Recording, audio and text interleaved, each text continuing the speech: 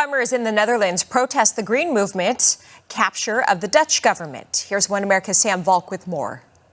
The government of the world's second largest producer of food has declared so-called climate change to be such a threat to the globe, they are demanding farmers produce less. For weeks now, farmers in the Netherlands have protested the government for imposing such regulations onto their industry.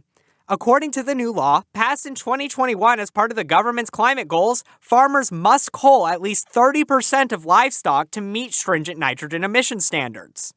And in some regions, the emissions must be cut by up to 75% in what the Dutch government calls an unavoidable transition.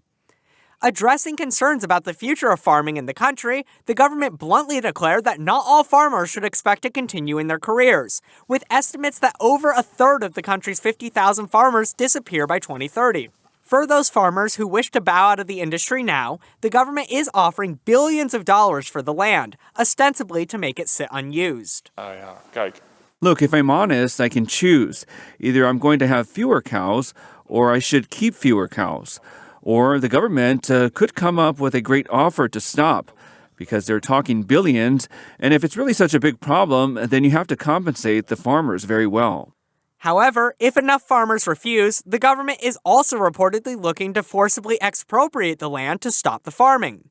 As a result of the government trying to strong-arm the country into giving up its food production for nebulous climate goals, farmers have turned up by the thousands to express their discontent.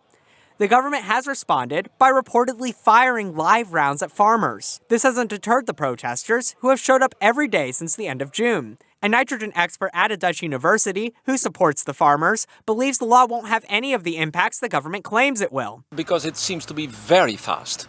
And there is a legacy already for 40 years, because the problem was much bigger in the 1980s. We then called it acid rain.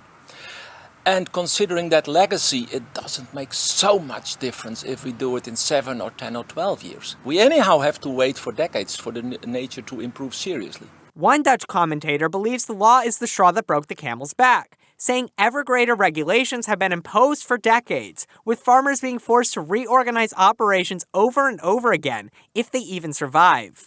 Now, she says, the Dutch government is outright imposing communism onto the people. Well, it's communism to the T. If the state comes in and says, I'm going to take away your property for a so-called greater good, I don't know what could be more, essential to communism than that. So it's communism, and I'm saying that it's being done on a global scale because this is part of a bigger agenda than just the agenda of the Dutch government. After the protests began, shelves started becoming emptier and emptier at supermarkets across the country, with farmers saying this shows their livelihoods aren't just important for themselves, but for every person. And the law culling food production comes as experts say global food shortages are going to take hold, and more food is needed around the world than ever before. The farmers, for their part, show no signs of stopping their protest until their livelihoods are put onto a more secure footing. Sam Volk, One America News.